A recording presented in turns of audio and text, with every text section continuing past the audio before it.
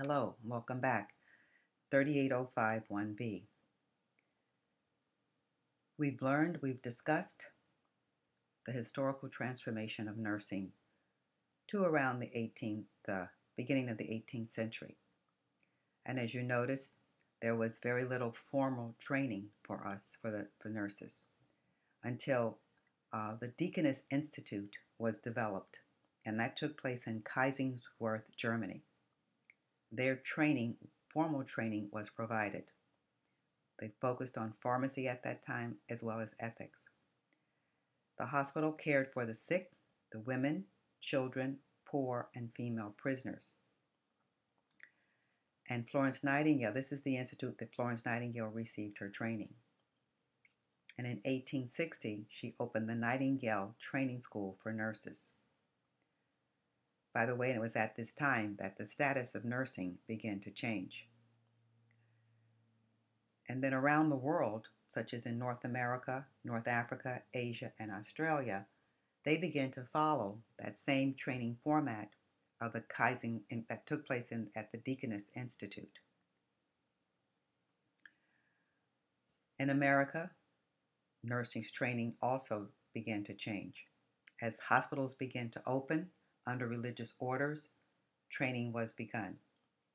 Some of the earliest hospitals in North America were in 1639, a place in Canada called Hotel Dieu. In 1658 was Bellevue in New York. 1731 was Philadelphia, and that was Elms House. And in 1809, St. Joseph's in Maryland. So now we have our nursing schools that are providing training, transforming nursing. During that period of time, wars were taking place that also transformed nursing practice. A few of those wars are from 1776, the French Revolution, as well as the Civil War here in the States. And during the time of the Civil War, Congress asked a nursing leader called Dorothea Dix to come and help make sure that the comrades were well cared for. And she created the first nurse corps. She recruited plain-looking women over 30 to be the nurses. And unfortunately, they were exposed to the same diseases as their wounded, and many of them lost their lives taking care of the soldiers. However, they became assertive in their practice because now they have education and started having some disagreements with physicians. A few of those assertive nurses were Harriet Tubman, who cared for African American soldiers and created the Underground Railroad. Sojourner Truth also cared for the African American soldiers and began the women's movement. During World War I, we had Adeline Nutting and Lillian Wall. They're responsible for bringing nursing education to the colleges so that they could combine practice as well as theory. And at that time, the Army School of Nursing was opened. During World War II, we had assertive women as well. And here, women began to serve in the field on ships and air ambulances. And the U.S. Cadet Nurse Corps was created. There was a federal funding program for nurses, and the end of discrimination took place. So therefore, in 1903, there was license laws for us. In 1915, the ANA wrote the Nurse Practice Act. And in 1923, all states mandated that a nurse be registered. In 1971, in Idaho, we had our first advanced nurse practice. And in 1992, we had the first nurse elected to Congress.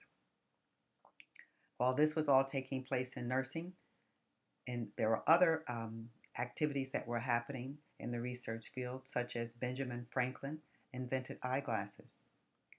Leeuwenhoek improved on the microscope. And once again, nurses became more acknowledged. So the assertive nurses in America were the reformers. And here's a list of a few, Nutting, Goodnow, Doc Goodrich, and Hampton Wald Stewart, and as I mentioned earlier, Sojourner Truth, as well as Harriet Tubman. The contributions during that time were from ANA, development of ANA. The American Journal of Nursing was formed, and there was licensure laws as well as an honor society for nursing was born, Sigma Theta Tau. So you might say to yourself, well, what is your role? As a nurse, our primary role is that of caregiver, being an advocate for our patients. In doing so, we become teachers and managers and colleagues as well as experts. So your role is truly widespread. Nurses became academians, they became historians, nurse educators, clinicians, professional educators and researchers, nurse theorists, nurse technologists. So we began to branch out into several different areas. With that, we realized that our practice was pretty much traditional. We always did things the way they used to be done. So we needed to have some sound, since research was coming on board, we had to have some sound evidence. So that because we wanted good knowledge to be able to make decisions. So, and we also wanted to be able to have authority. So in order to do that, our research had to really be expanded. No more trial and error. We wanted to have logical reasoning and application. So the definition for evidence-based practice is an intervention with systematic empirical research has provided evidence of statistically significant effectiveness of that intervention, thus bridging the gap between research and practice, implementing these practice changes, and then providing high-quality care with accountability.